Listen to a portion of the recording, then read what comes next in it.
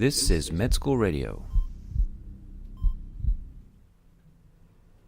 One of these days, I'm going to get the sound right on this. It's confusing, but I'm getting there. Anyway, today we're going to be talking about microscopic polyangiitis, which is better in Lithuanian. You'll understand what I'm talking about in a second. Anyway, microscopic polyangiitis is a pretty generic sounding name. I've forgotten it already. What was that? Oh yeah. For a name that is trying to be descriptive, it's not particularly useful. The microscopic part probably refers to the part that this particular vasculitis has a predilection for tiny vessels, including capillaries. However, the polyangiitis part isn't super helpful. Poly means many, and angiitis means vascular inflammation.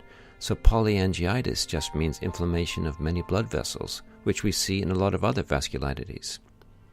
There's an older name which I like better, leukocytoclastic vasculitis.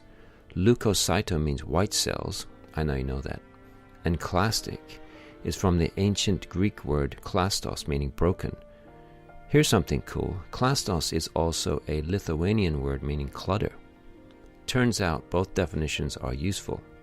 The term leukocytoclastic refers to the fact that occasionally the only histologic finding present is a bunch of neutrophils undergoing apoptosis. The broken pieces of neutrophils basically just look like debris. You can't even tell that a lot of it is from neutrophils, so the vessels and surrounding tissue have a clustered, messy look. And there's an image here, which you could see if you sign up for Dr. Kraft's Path Bites on her webpage. So it says, see all the little dots that look like dust? That's the neutrophil debris. So the cluttered definition of klastos is really appropriate here. I'd insist on a return to leukocytoclastic vasculitis.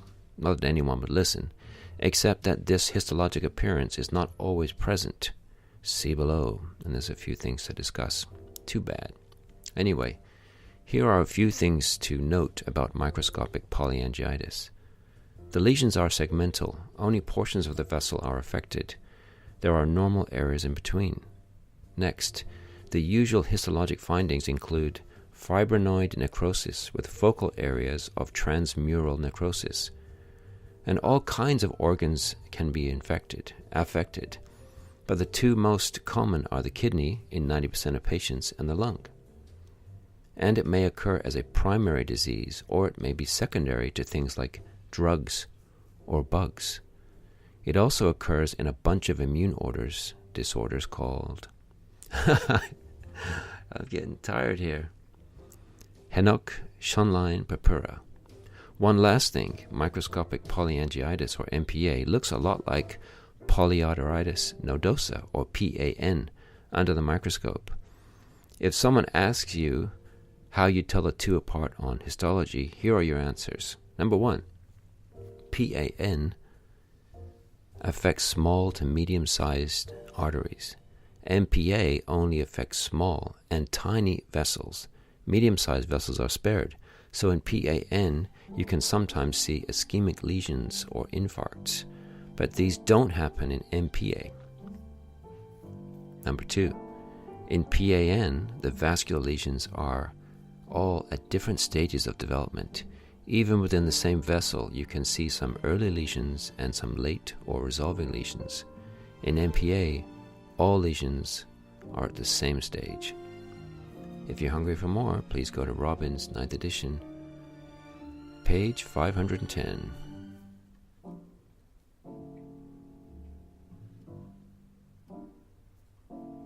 This is Med School Radio.